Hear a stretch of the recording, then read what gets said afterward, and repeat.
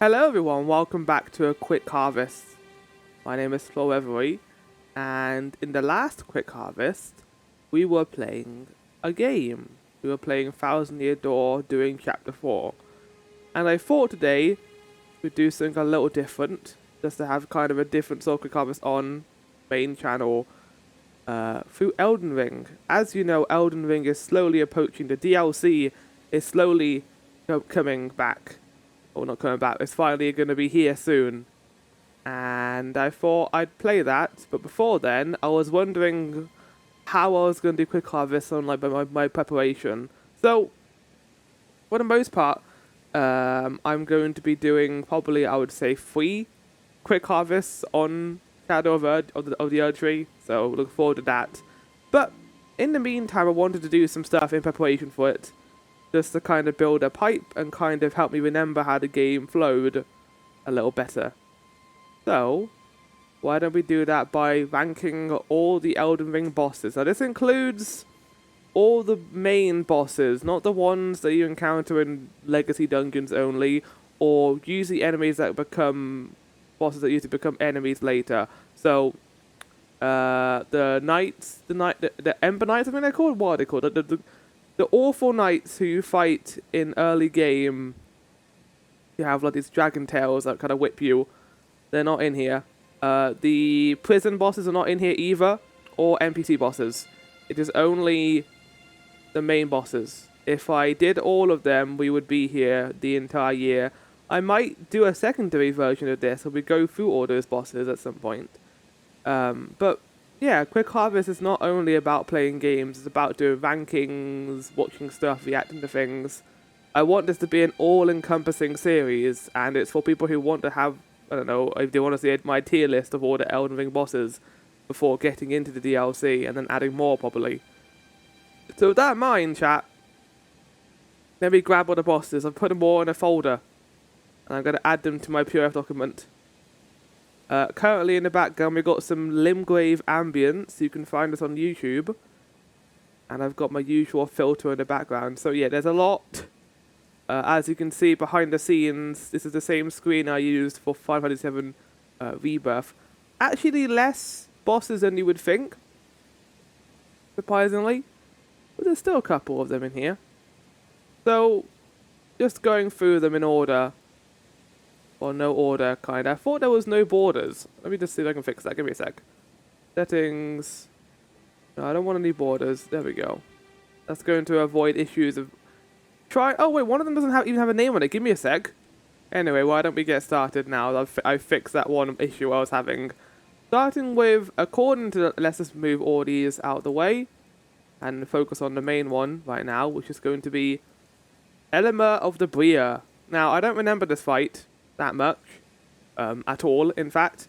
I think this enemy that you fight with the barbed wire on them and the giant sword is a creature who can appear when you are at the bell bearers shops at night.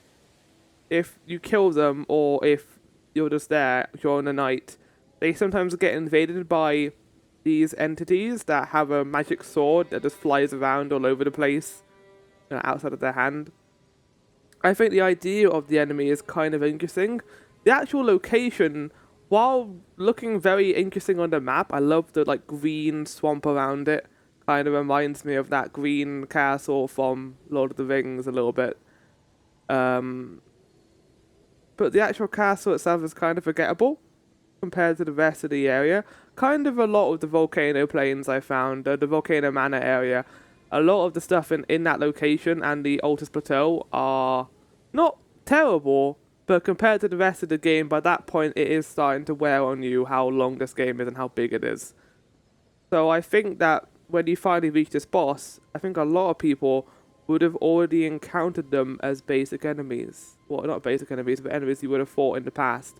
So when I encountered Elema of the Briar, that's what she was. She was an enemy I've already encountered before, albeit a much stronger one, and with a picture of Melania in the background. And I actually had some issues with her, mainly because of how chunky she was in terms of HP. And her whole, like, telekinesis sword is really cool. Admittedly, I'm not a big fan of the hitbox on it. the range of this boss is what kind of tricks you when you first enter the arena. You're like, okay, he has a long sword, so you want to stay away from her. No, because then she'll do a telekinetic attack. It's actually advisable to be near her during this, because if you're far away, she's going to do a lot of moves that are terrifying to deal with. So, overall, I think it's a cool fight. It's just kind of bogged down by the fact that you encounter her so late. And, well, for me anyway, I encountered her so late. Remember, this ranking is kind of my personal opinion when it comes to these bosses. So, chances are they're going to be different to everyone else's depending on when they fought them. Since I fought Elma fairly late into the game, at least in terms of my experience, I'm going to put her in alright, I think. I would be surprised if any of these bosses are in bad or meh, but I'm going to put her in alright. I think that's a good place to put Elma. Oh boy! Moving on to one of my favourite fights in the game, despite how late it is. Actually happens a lot with Elden Ring, where some of the later fights are some of the best ones I found. Malekith. Big old doggo you encounter at the end of Crumbling Farron of Zula. Actually has some decent lore tied to him. The fight is fairly long. You fight Gurranq at the beginning of it, and then you fight Malekith. Malekith himself is actually quite a quick fight if you know what you're doing. He doesn't have that much HP compared to late game fights like Godskin Duo or Placid Ducks. No, not Placid Sax, not Placid Ducks. That's not his name. It's the great dragon that is also encountered in the Crumbling Farron of Zula. I'm gonna put him in perfect. I think that's just. Let's get that out of the way, just so it's there. I think Malekith is one of the coolest cinematic fights in the series in terms of design. He was all over the trailer. Everyone saw him in the trailer and I was like, wow, this is a really cool doggo. And he sure is. I love that fight. I love the part where he jumps into the air and starts swinging those red bolts at you and you have to dodge them. It's really cool. A lot of people complain about the loss of health mechanic, but also those are the same people who like Melania, which does the opposite, which recurs health from hitting you. So I think at the end of the day, it's depending on what gimmick you like more. Because the fight is relatively short, and you can kind of gauge when he's going to do certain red attack moves, it isn't that bad. And I think this is a perfect example of patience in a boss fight. If you're patient with Malekith and his moveset, it's actually quite easy. I think him actually having low HP is a good way of tricking the players into thinking you should just be aggressive. You shouldn't in this fight. Don't be aggressive. He will destroy you if you do that. So yeah, there you go, Malekith. I love him. He's a great boss. I had a lot of fun with him in my playthrough because I decided to give myself a challenge in this fight where I'd only use the claws. No summons, no anything else. Just the claws in this fight. And it was hard, but I got through it and I loved it. It's kind of where I set myself a challenge and actually enjoy the fight more after I finish. I want to fight him again. That's why I like this fight so much. Right. Godskin Duo. Okay, we got our first lair. So, as I mentioned at the beginning, I purposely kept out a lot of the Legacy Dungeon fights. Mainly because a lot of them are just reused bosses. And putting a boss with another boss to make it harder for no apparent reason. That's what Godskin Duo is, but not in a good way. Godskin Duo feels like the devs needed another boss in Crumbling Farron of Zula. I don't know why they thought they needed one, considering that Placid Sax is also here, and so is Malekith. But yeah, there's a boss in Crumbling Farron of Zula. You have to fight this boss to get further into the temple, and it does sucks. Luckily, I didn't have too bad of a time with it because I summoned into an obscenity. I summoned a lot of creatures to help me in that fight. And it made it a lot easier to deal with. However, the duo aspect of this fight is kind of annoying as well to a certain extent, because it isn't Godskin Duo, that's a lie. It summons more if you kill them. I think you can fight up to 4 by the end, but it's just a complete grueling gank fight that I'm not a big fan of in this area. Kind of the only bad thing about Crumbling Farron of Zula, if I'm going to be honest. And now moving on to Lich Dragon Fortisac. So, Within the underground, you make your way to the tree and finally encounter Fear, and you go into her mind and enter this nightmare scape. Lich Dragon Fortisax is their name, and I think that this boss is good. I don't remember it that much though. I remember the one that you encounter in Altus Plateau a lot more, but that's a reskin of this fight basically. This is the main fight, but the one in Altus Plateau is a reskin of it. I think it's cool. Really cinematic. I like how you can use the horse here, which is nice for once. And the fact that he uses these giant forks to try and hit you is also really nice. It's not something you expect a dragon to do, to be honest. You expect a dragon to just be on all fours and try and breathe fire at you.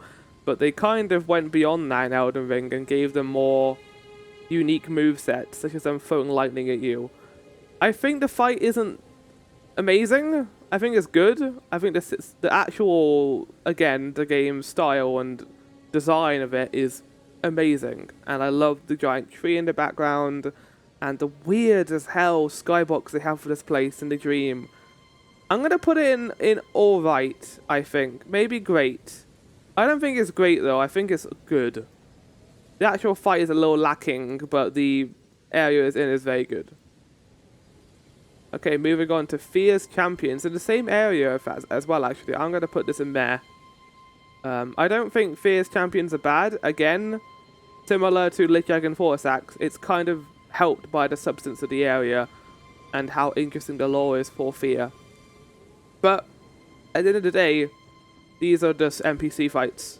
I know that they're kind of like, you know, coloured and heightened NPC fights, but they are NPC fights. I don't remember having too much issue with them, because after you kill them, they don't come back, so you can just kill them one by one. But it kind of reminds me of having to get into the pot in Caelid, or go talk to the giant pot there and fighting all of them one by one. Not really a big fan of that as a mechanic, so I think it being in there is good. I don't really have anything else to say for Fear's Champions.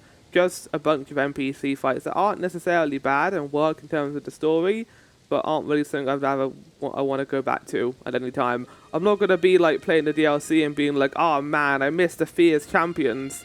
They were the coolest fights in Elden Ring. That's not going to happen. Mimic tier. So the thing about the Mimic tier is it's entirely dependent on how good your character is and how equipped they are.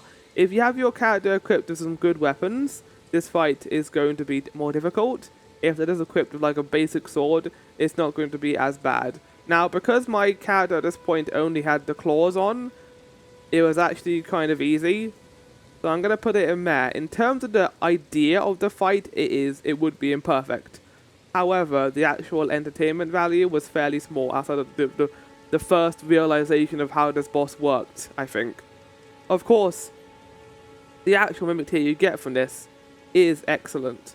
And I basically used it for the rest of the game, because why wouldn't I? It's one of the best items you get, and summons. Moving on now to Godric, the Grafted, the yelling guy, the meme yelling guy from Stormvale. I like Godric the Grafted. Weirdly, I don't have as much reverence for him as other legacy bosses in this game. Weirdly, I think most legacy bosses are, in my opinion, good, but there are ones that are better as the game goes on. But Godric is one of the better ones, I think. He's a great, the whole of Stormvale is a great introduction to Elden Ring, and the whole idea of these bosses. And Godric being as hard as he is and how unique he is for kind of basically the first fight and kind of the best example to compare to Dark Souls. Godric the Grafted of all his arms is a surprisingly not the worst fight in the world. I actually think it's pretty easy comparatively to other things in the game. When he gets to Dragon Head, the fight becomes a little harder. There's that grapple move he does, which is very difficult to avoid, but you can learn it, I think, at the end of the day. As long as you have good range and are prepared for his attacks, especially in Phase 2 where he adds more to his combos, it's not that bad. And I think the style of this fight and its presentation are all really well balanced to the point of it being, I would say, a great fight. Not booping or perfect. I think that it's cinematic, sure, but I don't think it's perfect. It doesn't have that kind of, oh, they're trying something really experimental here and it's paid off kind of style to it. So I'm going to put that in great. Next we have Star Scourge Radon, which is again a very experimental fight. Although, no, Godok is actually kind of, simple in terms of Dark Souls mechanics. He's actually fairly safe when it comes to that. But Star Scourge Radon is the devs experimenting with an idea of summon fights, where you summon a lot of warriors to help you fight him in one of the biggest, in fact, probably the biggest arena to date in a FromSoft game. At least in terms of scale, like, sure, you have arenas in the games where they are massive areas and walls at the edge. Maybe Dark Eater Medea's arena is bigger, or Gale's arena, but I think it is the biggest arena to date with Radon's. I don't know, but big old guy who runs around on his tiny horse. And he has a lot of really, really cool fight attacks. Yeah, I'm going to put him in Boopin. I don't think he's perfect, but I love it. In terms of how cinematic it is, the cutscene that came before it and how it built itself up, the fact that all the NPCs you had encountered up to that point, most of them anyway, were going to be there to help you fight, including Patches, which led to a very funny moment where he just leaves your world and doesn't want to fight Radon. I fully understand him. And then the fake out, where you think you've killed him, and then he rides down from the heavens and explodes like a comet. It's so cool. It's such a great encounter. I love the gravity mechanics. I love him just throwing the eating foxy at the end. It's one of the most memorable experiences I've had in, I would say, the whole series. Unless I'm Adakef. Maybe I should put him in perfect. I don't think he is perfect though. I think the actual fight itself isn't that difficult necessarily if you learn his mechanics. And of course there is that glitch you can do where you can just make him fall off the arena and next to the edge. I think it's a fairly simple fight in terms of attacks, but the style, again, the substance of it and the structure of the fight, with the beginning where you have to try and avoid his arrows, and then the middle where he does the comet move, and then the end where he becomes very desperate with his attacks, I think is a great structure.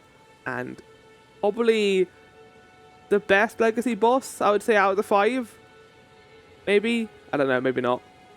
Regal Ancestor Spirit. So you fight 2 of these things, and I'll go with the harder one you encounter, I guess.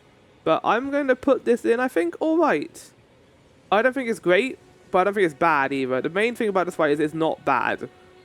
I just think that this fight has what one would describe as the Gwyn effect, where they're definitely leaning more into the emotional weight of the fight rather than it being difficult. I don't think Gwyn is easy, necessarily, but I don't think he's necessarily the hardest fight in Dark Souls, and neither is the Regal Ancestor Spirit. You just kind of feel bad for killing this majestic creature inside of this place. You just feel bad for it. It's beautiful, and it kind of reminds me of Sekiro a little bit in its design and style. Not the hardest fight in the game, but probably one of the easier ones, but I think its design, and again, the music is beautiful here. I don't really talk about the Elden Ring music that much because I'm not really a big fan of FromSoft OSTs, but I do think the music here is lovely, and I recommend listening to it if you want to feel sad about killing a beautiful ancestral deer creature. But there you go. That's Regal Ancestor Spirit. Not a lot to say about it, to be fair, because it's easy, it knows what it is, and it works quite well because of that. Godskin Noble, you can also go in the alright tier. Probably this and Apostle are going to go in the alright because I love how silly these guys are. The issue with them is I can't really separate them from my first encounter with these guys, where I was climbing that tower that reversed itself, and then you fought this big old chunky boy at the end. Because this guy is encountered in Volcano Manor far later as an actual boss, it kind of loses its weight a little bit because you've already encountered him a couple of times up until this point. But, saying that, still think it's a great fight. It's weird as hell movement and how it inflates itself. I know, take that out of context, why not? And how it does inflate itself in its size, and then it runs towards you and tries to whack you with its own weight. Really cool. Moving on to Godskin Apostle, which is right next to this one. I'm also going to put it in alright. I think that the fact that these two fights are very different lends a little bit of credence to Godskin Duo. I just don't think it works though. I don't, because Godskin Apostle is much more about range, while Noble is close and he does have one move that does cover a lot of range. Apostle has a lot more magic, and he extends his own body to try and whack you from far away. He has one move that I'm not a big fan of, where he spins his cane around. It's almost instant in terms of cast time, so you're probably always going to get hit by it at the end of the day. So yeah, Godskin Apostle going in alright along with Noble. Why not? Moving on to Astor, the other underground boss that you encounter alongside of Bert and Lich Dragon Fortis Axe. I think that Astor is great. I don't think he's perfect. I actually think the fight is a little bit long-winded. And has a lot of HP. When I fought him anyway, he had a massive HP pool, and he just kept running away, man. I know that's part of the fight, and you have to hit him between his claws, which is a very terrifying place to hit him from. But man shouldn't he didn't run away as much. There's an attack he does where he runs towards you after he teleports, which is terrifying. The scale of this fight and how much it reminds me of Bloodborne is adamant.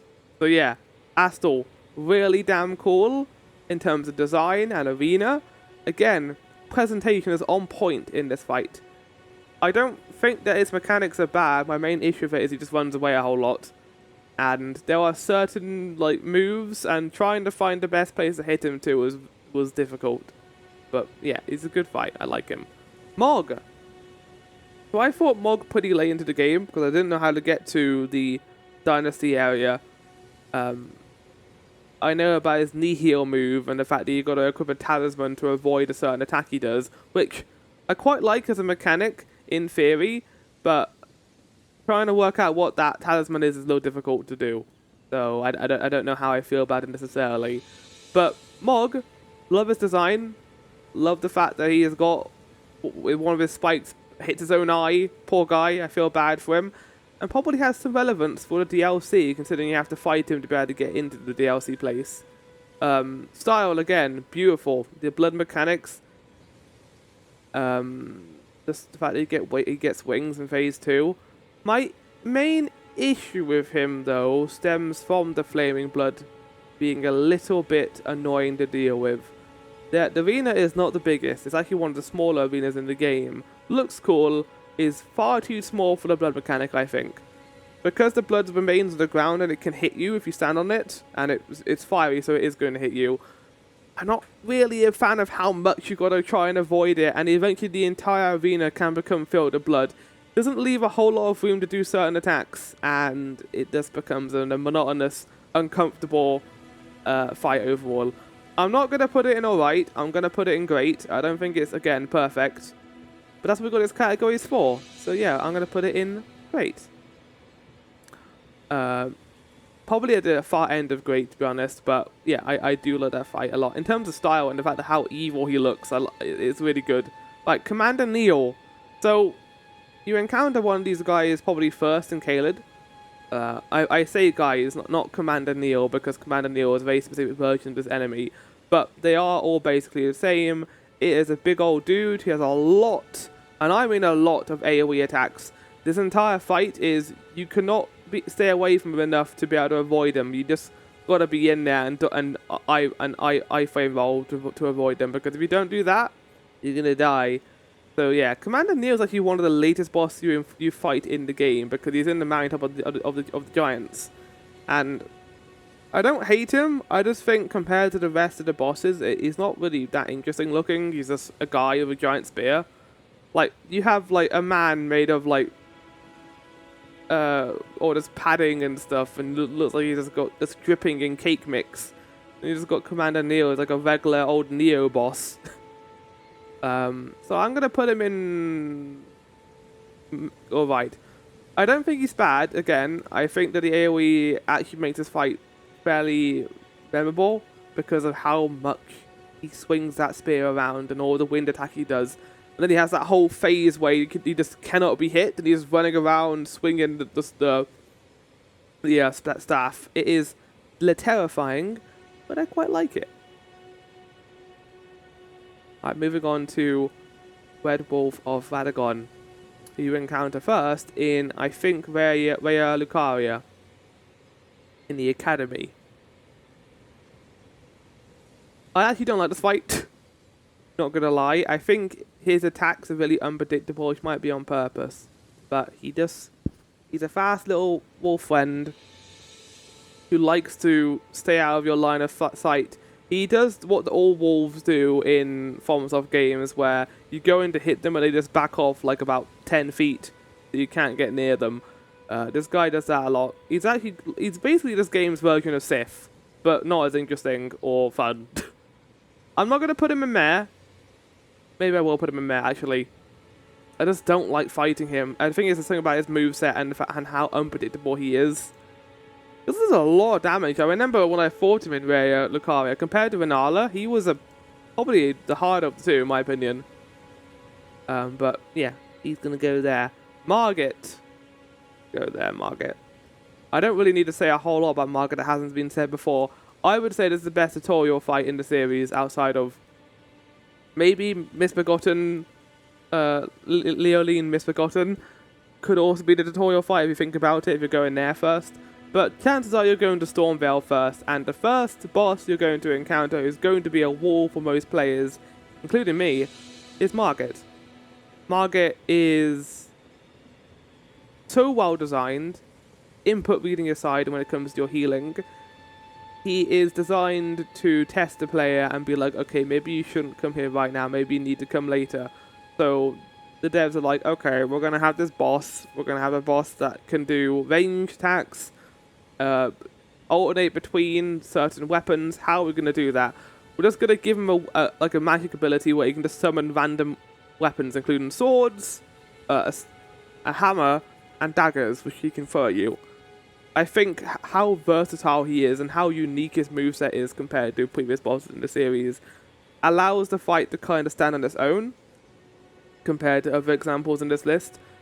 I love when he just hits you whenever you're trying to heal. The hammer move too is always fun to dodge, and learning that 4-combo sword move he does is really satisfying. At the end of the day, I think Margit, even after doing repeat playthroughs, is actually pretty challenging. He never loses his edge, I don't think, because of how unpredictable he can be with his swords, but in a way that's fun, like Red Wolf or Radagon. I think that he allows you to punish him a whole lot. He doesn't run away too. He does run away a little bit, but not as much as Red Wolf or Radagon. And yeah, really cool fight. Love you, Margit. Couldn't do it without you. Sir Gideon Ofnir. He is Sir Gideon Ofnir, the all-knowing. This fight, again, is dependent on your play and what you did in the game. If you fought other bosses before this, like Melania, for example, he is going to have an increased moveset of abilities. And I think I had fought every single boss up until this point. So he was kind of annoying. Not really in a fun way. I think I'm going to put him in Mare. As far as NPC fights go, I think he's one of the more unique ones in the series.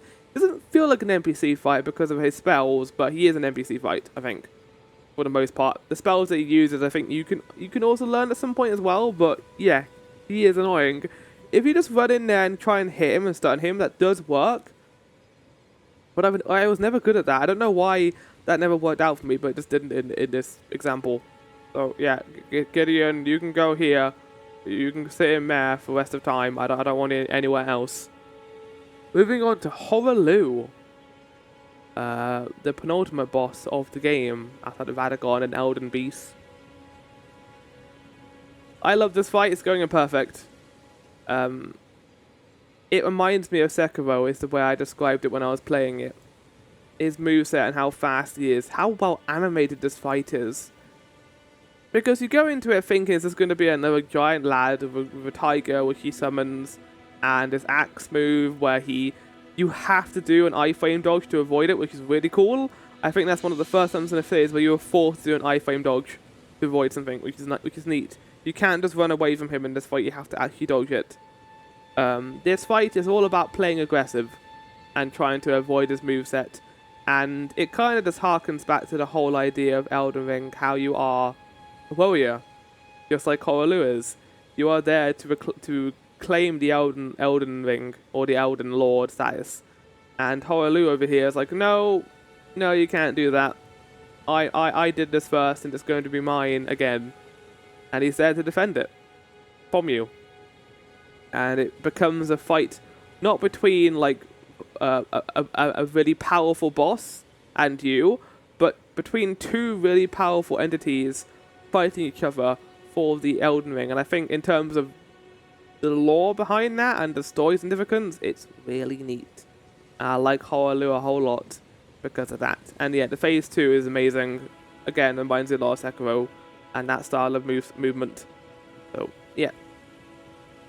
Morgott, who is, in my opinion, a far lesser Margit. I don't hate Morgott, but I have to say my experience of him was very biased. I don't know why Melia was so powerful, but we destroyed Margit when we fought him. I don't know why this happened. Maybe I went to him like way too late into the game and he was just underleveled against me. But yeah, he didn't have a good time against me in that fight, and I feel bad for him. He has a lot of Margit's movements, admittedly a little bit more advanced, but because I barely saw any of this fight, I can't really rank him highly. However, I will say this. The whole twist of him being the king of this place and his really cool rainbow sword that he burned to 1000 degrees to get it that hot is really neat. But I don't know that much about this fight because I didn't see a whole lot of it. So you could just sit there, Margit, or Morgott, your actual name. Rykard. Rykard is going to go in Boopin alongside Radahn. So this is the gimmick fight of the game involving, well, this would be the gimmick fight of the game if most of the bosses weren't gimmick fights in Elden Ring. This is the fight where you'd use the Stormbreaker to kill him, just like in the Storm King in Demon Souls, or the Giant Lad in Yhorm, the Giant Lad in Dark Souls 3, it's just like that. But unlike those fights, there is a phase in this where you have to use your basic weapon to fight him. It is not just a gimmick fight, there's a lot more going on here than that. The style, I love the arena in this fight. One of the more underrated ones in my opinion. The hanging like chandeliers all over the place and going far into the background. Such a neat visual. Love it. His design too is great. Rykard himself is an awful creature. And his voice actor is great as well. Phenomenal boss, in my opinion. The design, the use of the plot sword in this is in my opinion one of the better implementations of it. Because it has the cinematic nature of it with fighting a giant snake, but there's also some difficulty of using the sword, unlike with Yhorm, which is really easy, or Storm King, that is really easy. I think it's the best use of that weapon, I think, in the series. But that is a Rykard. Next is the Leonine Misbegotten. So, technically the first boss you could fight outside of Margit. Well, the thing about this game is a lot of these bosses could be the first boss, but in terms of this, Leonine Misbegotten, I'm going to put him in...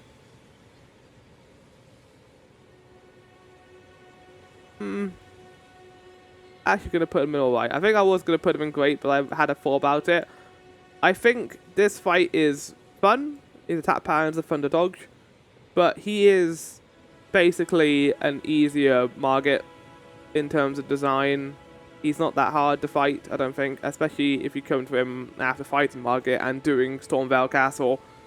But that's the whole point, I think, of Leonine's area. Is you're meant to come there first. Get some EXP, get some runes, and then return to Stormveil and fight Margit. So as a kind of a first boss, I think he works really well. He is very aggressive, and he's mean. I like his sword too. His like Game of Thrones sword that he uses to try and hit you with it. Next is Loretta. So Loretta is a boss you fight in a... I forgot what the manor was called, but it's this area in North Lionia Lake. And then he fought her later in the Halig Tree. I think it's cool, like lore-wise, that you know you're going to fight her later in Haligtree because of her connection to Miquella and Melania. And I'm not really a massive fan of the whole on the back of the sword range attacks. I would say I actually prefer Tree Sentinel compared to her. So I'm going to probably also put her in alright. The fight itself is not the most difficult. I think that the fight actually is benefited by its difficulty not being too bad compared to Melania. But that also kind of sets you up for the fight being harder.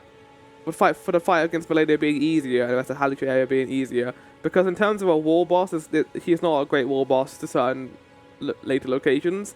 I like her idea that he's on a horse, and he uses a lot, and I mean a lot of magic against you. And it's mainly a magic focused fight. Like, even more than Vanala, it feels like he has a lot of magic he can use against you. And of course, he can still hit you on the horse.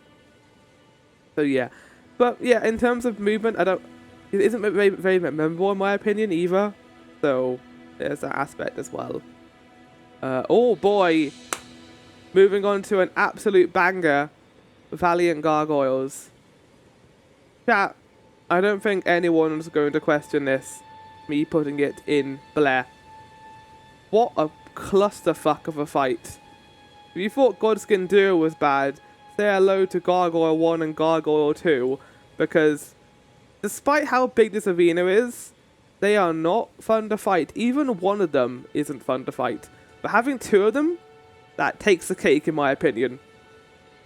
The amount of stuff that they'll do when you're not looking at them, like making a river of poison you won't see form behind you, or doing certain, like, massive combos you're not ready for, and then the other one does one as well. It is an awful time, and I spent a lot of time trying to beat this boss, and I hated it.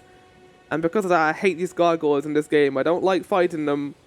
They're mean. They have that classic Elden Ring move where they just go crazy for a few seconds. Well, it's like, okay, I could dodge this, or I could choose to run away. This fight rewards aggression, but it does not reward taking your time. If you take your time on this fight, they are going to kill you. So it's basically anti-Malekith, I think.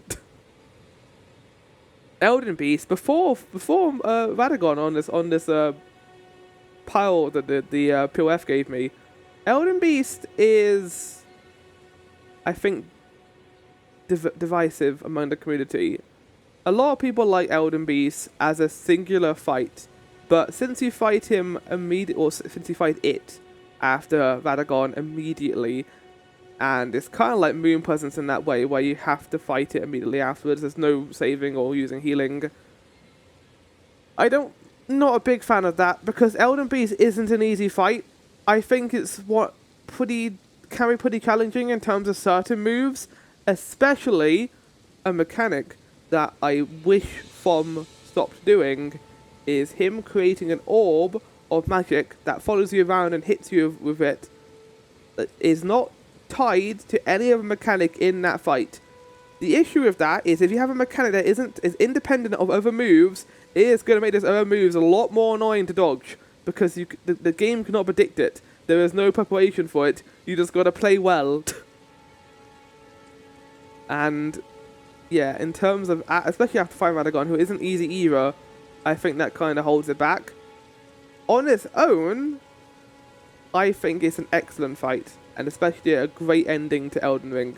Very smart to make this fight kind of more along the lines of Gwyn, rather than along the lines of the Soul of Cinder or Gale, for example. They decided to go a lot more of a somber route for the ending, and it was going to be impossible to create a fight that was iconic for this game, especially when it comes to the final boss. But I think they nailed it. I think they did a really good job of it overall. Like, trying to match the cinematic nature of Malekith or Melania was never going to happen. But Elden Beast, really cool. And I'm going to put him in Bupen. I separated them on purpose just to make that distinction known, that I think that this fight is cool.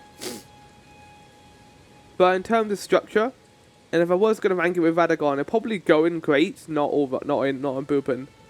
But I want to give it its fair share, so I'm going to put it in Bupen, I think. Fire Giant. All going great.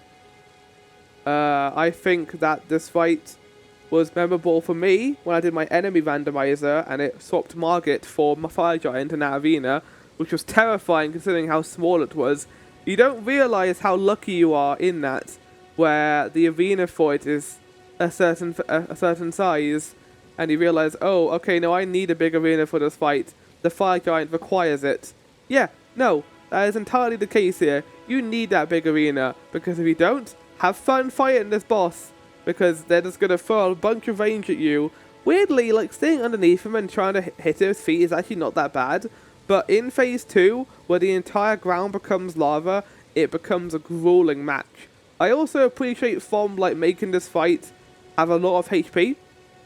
Compared to early examples of giants, giving him a lot of HP and making it a very long fight was really neat. And I'm glad Thom finally got to do their giant boss that they've been waiting to do since Demon Souls, basically. I mean, the whole amount of top of the giants area feels like their chance to finally do that area from Demon Souls. So, yeah. Melania. Oh shit, here's the big one. Outside of Elden Beast and Radagon, I guess. Here's the one I think we've all been waiting for. Where do I rank Melania among the other bosses? So, no surprises, I'm putting it in there. I think a lot of people would put Melania on perfect. In terms of this raw difficulty and the amount of precision that Thom went to design this fight to be as hard as possible, but also fair. My issue with it, though, is I don't like it. I don't like this fight. I don't like how he heals after he hits you. I don't like the fact he inflicts Scarlet Rot on you in Phase 2. I don't like the fact there is a Phase 2 at all. I don't like Waterfowl. I don't like her Phantom move in Phase 2. I don't like the majority of her moveset. However, I cannot emphasize enough that I think that this fight is really, really good in terms of difficulty. I'm just not good at FromSoft games when it comes to stuff like Melania. I'm much better at bigger bosses like Margit or Malekith or Hoarlu, for example, but Melania was awful, and I'm glad I got past her somehow. I think Thom did a good job with her. Really good job, in fact. I just hope that this isn't the standard for bosses going forward. I know people are going to love that and be like, oh, I want more Melanias going forward. I don't, because Melania is frustrating to me.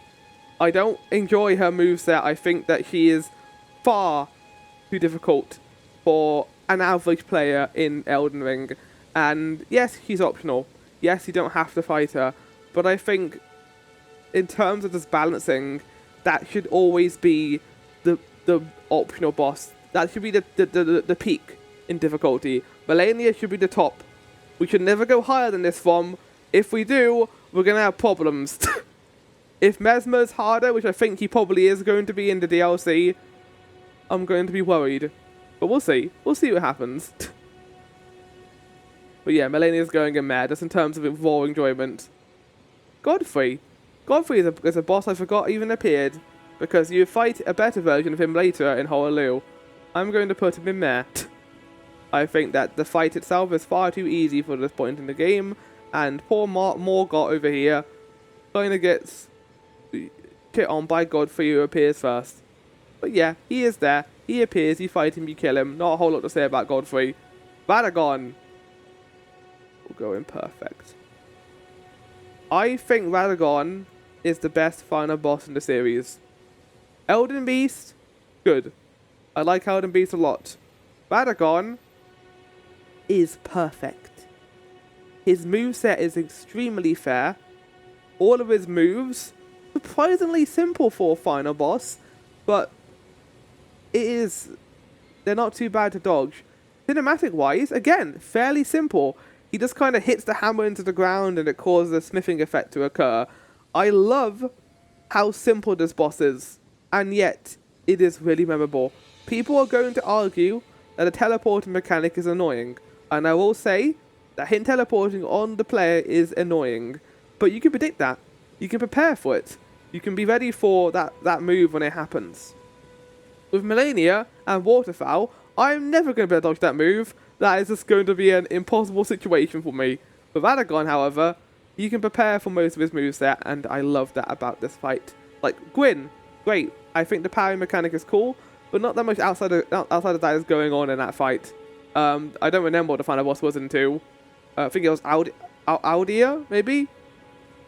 3, Radagon. The 3, Lord, Soul of Cinder and Gale. Again, really cool fights, but I kind of just prefer the simplicity of Radagon. He is not being overly flashy with his moves. There's not, like, insane combos in here. He does no wild stuff. There's the Elden Ring, of course. There's always going to be delay on these attacks. And the rune attack he does is, again, really neat. But it's simple. It works. It is a great first part to the final boss, in my opinion. So yeah, honestly, would have been happy if this is the final boss. Would have been happy with Radagon as the final encounter. But Elden Beast is the cherry on top, in my opinion. So yeah, there's that. Flying Dragon Agil, going all the way back to the beginning of the game. Probably one of the first bosses you encounter overall. I'm going to put Agil, surprisingly, in Bupin. In terms of raw enjoyment, I remember in my first few sessions of Elden Ring, going to fight Agil with some members of the rock community. And it is such a fun fight to do in a group. Especially with certain attacks we need to hide behind obstacles in the actual arena. And the fact that you can just run away from him too is really neat. I think Agil might be the best dragon boss in the series outside of the one that's coming up very shortly in the tier list. But right now, in fact, Dragon Lord Placidusax is going to go in perfect. I think this is the best dragon boss in the entire series, and that includes Dark Eater and Medea. It definitely includes Dark Eater and Medea. I hate Dark Eater and Medea. That is the Millennia, in my opinion, of Dark Souls 3. It is not good. I hate that fight. It's too long and too much HP. Dragon Lord Placidusax is fantastic. Start to finish. I love the fact that you can fight certain heads, and you can chop them off, I think, as well. I don't remember if that is mechanic, but I think you can disable the heads. All of the moves, especially how big the dragon is, really terrifying and dodging when he teleports, and overall the fight feels really fair. I forget if you can summon Torrent inside. I don't think you can, but in my opinion, the best dragon boss in the series, and I love fighting this 3-headed dragon. It's really cool. Moving on to Dragonkin Warrior. It's going to go in Met. I don't like Dragonkin Warrior, especially the one you have to fight in the swamp, in the rot swamp. He is a big old dude who whacks you a whole lot. His moveset is surprisingly simple for how big he is, but he doesn't really do a whole lot. He just tries to whack you for the most part, and that is his main gimmick as a boss. Not very interesting overall, in my opinion, and I have nothing else really to say about him. And then at the end, Renala, the old Moon Queen herself. Here she is. Good old Renala. I think Renala is really cool. I don't think she's perfect, and I'm going to put her in alright, I think, which means I got to move the grid over a smidge. Phase 1, fairly simple. Reminds me of other forms of bosses where you need to hit the other ads to get to the actual fight itself. Like, what was it? The big old group of enemies you fight in the Cathedral in Dark Souls 3, for example. And then finally, the actual fight in the moon background is neat. The fact that she summons things, but it comes down to RNG what she summons, like the dragon, the wolves, or other such things. I think it's a unique fight that is kind of tampered a little bit by the RNG aspect of the second part of the fight. Not saying it's bad. Not saying it's bad at all. But I just kind of wish it was a little bit more... I don't know, her moveset was a little more interesting outside of one laser move and a moon attack she does. But yeah, I'm going to put her in alright, I think. But that's it. That is the Elden Ring bosses. Ranked. Done. Complete. With Malekith, Margit, Horaloo, Radagon, and Dragon Lord Placidusax at the top.